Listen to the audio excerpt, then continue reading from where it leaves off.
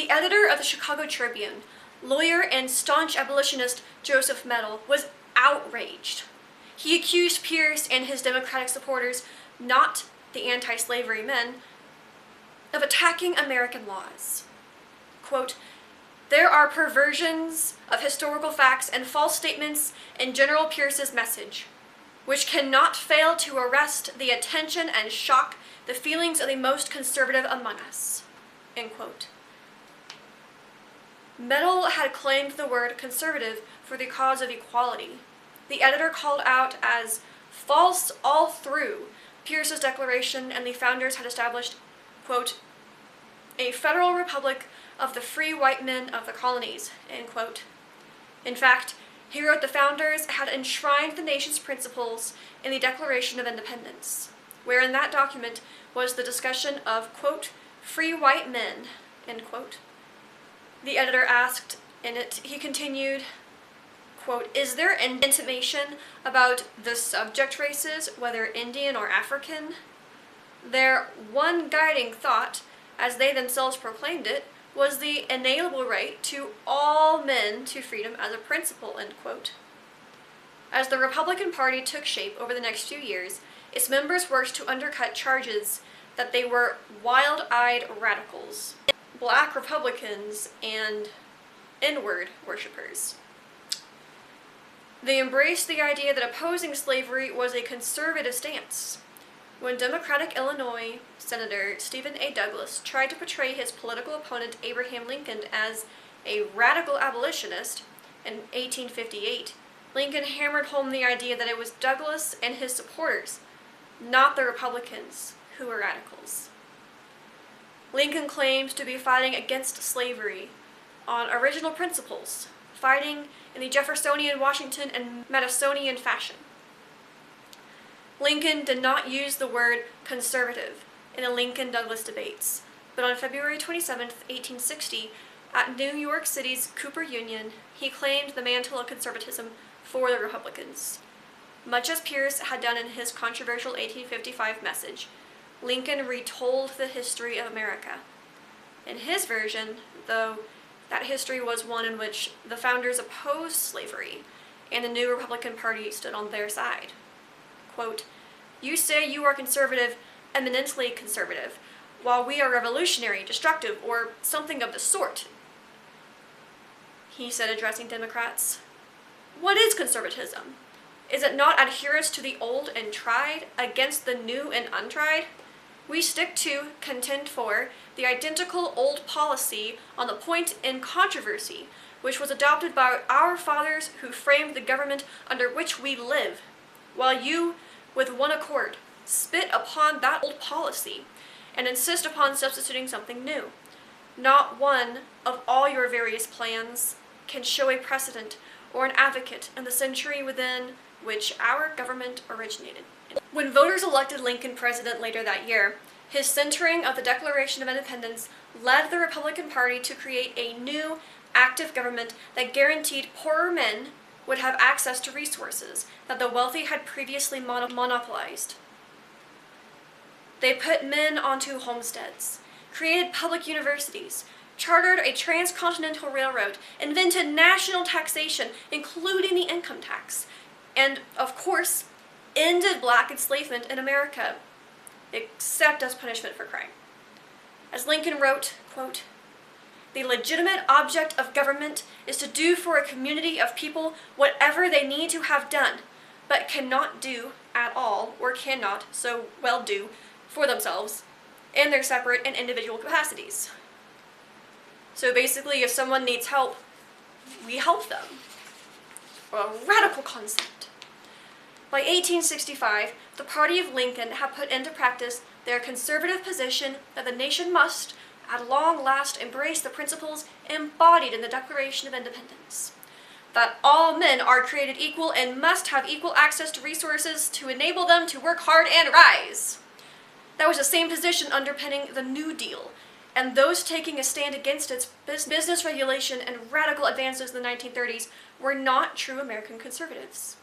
They were the same dangerous radicals Lincoln and the Republicans of his era warned against. Chapter 2. The Liberal Consensus. The New Deal did not immediately end the Depression or level the nation's racial playing field, but it won the loyalty of Americans who blamed the rich for having manipulated the economy until the Great Crash revealed its hollow core. Still, Americans were wary enough of what Republicans called socialism to make FDR's program precarious. In 1937, worried about deficits and attacks from the right, FDR began to cut federal spending ultimately by about 17%. Unemployment shot back up, and the stock market, which had begun to recover, fell again. It was not at all clear that the New Deal system would survive. Then, on the sunny Sunday morning of December 7th, 1941, in a surprise attack, 353 Japanese aircraft bombed the U.S. naval base at Pearl Harbor in Honolulu, Hawaii, killing or wounding more than 3,500 Americans and destroying U.S. aircraft and ships. 2 hours later, Japan declared war on the United States.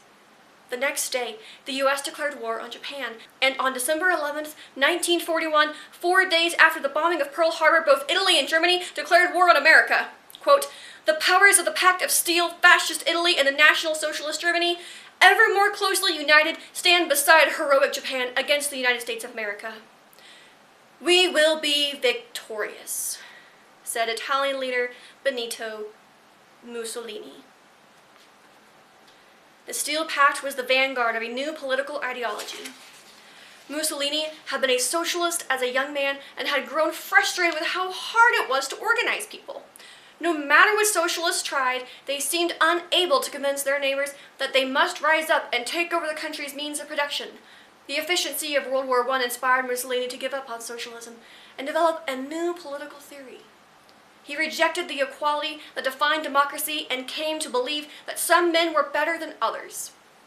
Those few must lead, taking a nation forward by directing the actions of the rest. They must organize the people as they have during wartime, ruthlessly suppressing all opposition and directing the economy so that business and politicians worked together. Logically, that select group of leaders would elevate a single man who would become an all-powerful dictator. To turn their followers into an efficient machine, they demonized opponents into an other that their followers could hate. This hierarchical system of government was called Fascism. Italy adopted it, and Mussolini's ideas inspired others, notably Germany's Adolf Hitler. When Hitler became Chancellor in 1933, he claimed that Germany was the successor of the Holy Roman Empire that had dominated Central Europe for 1,000 years. These leaders believed that their new system would reclaim the past with the ideology of the future, welding pure men into a military and social machine that moved all as one, while pure women supported society as mothers. Sounds familiar. They set out to eliminate those who didn't fit their model and to destroy the messy, inefficient democracy that stood in their way. Before Pearl Harbor, there were Americans who believed that the new Democratic coalition was driving the economy and the political system into chaos. They had embraced fascism as a way to reassert traditional power structures, but after the Pearl Harbor attack, their movement collapsed as Americans embraced the war effort, sustained by FDR's clarion defense of democracy and the media's focus on stories of popular heroism. One of the first of those stories featured black messman Doris Miller of Waco, Texas, who was stationed at the USS West Virginia at the time of the attack. Assigned not to fight but to serve the white officers on the ship, Miller abandoned the laundry he was collecting when the first of 9 torpedoes hit. He helped rescue the ship's mortally wounded captain and then took over an abandoned anti-aircraft machine gun. Doris Miller immediately became a national sensation. Congressional support eventually led Admiral Chester W. Nimitz, the commander of the Pacific Fleet, to personally award him the Navy Cross, then the 3rd highest Navy award for gallantry during combat. Throughout the war, reporters, generals, and lawmakers praised the ordinary Americans like Miller, the G.I. Joes, as the backbone of the American war effort. While Axis powers emphasized the heroism of their leaders and Hitler championed a hierarchical society in which a superior race ruled subject races, FDR and the media reminded Americans again and again that democracy, based on the principle that all men are created equal, was the best possible government. But for all that leaders were talking about democracy, it was ordinary Americans who were defending it. Thanks to armies made up of men and women from all races and ethnicities, a mixed population, Nazi leaders disdained. The Allies won the war for democracy against fascism. Of the more than 16 million Americans who served in the war, more than 1.2 million were black men and women, 500,000 were Latinos, and more than 5,500,000 Jews were part of the military. Native Americans served at a higher percentage than any other ethnic group who fought.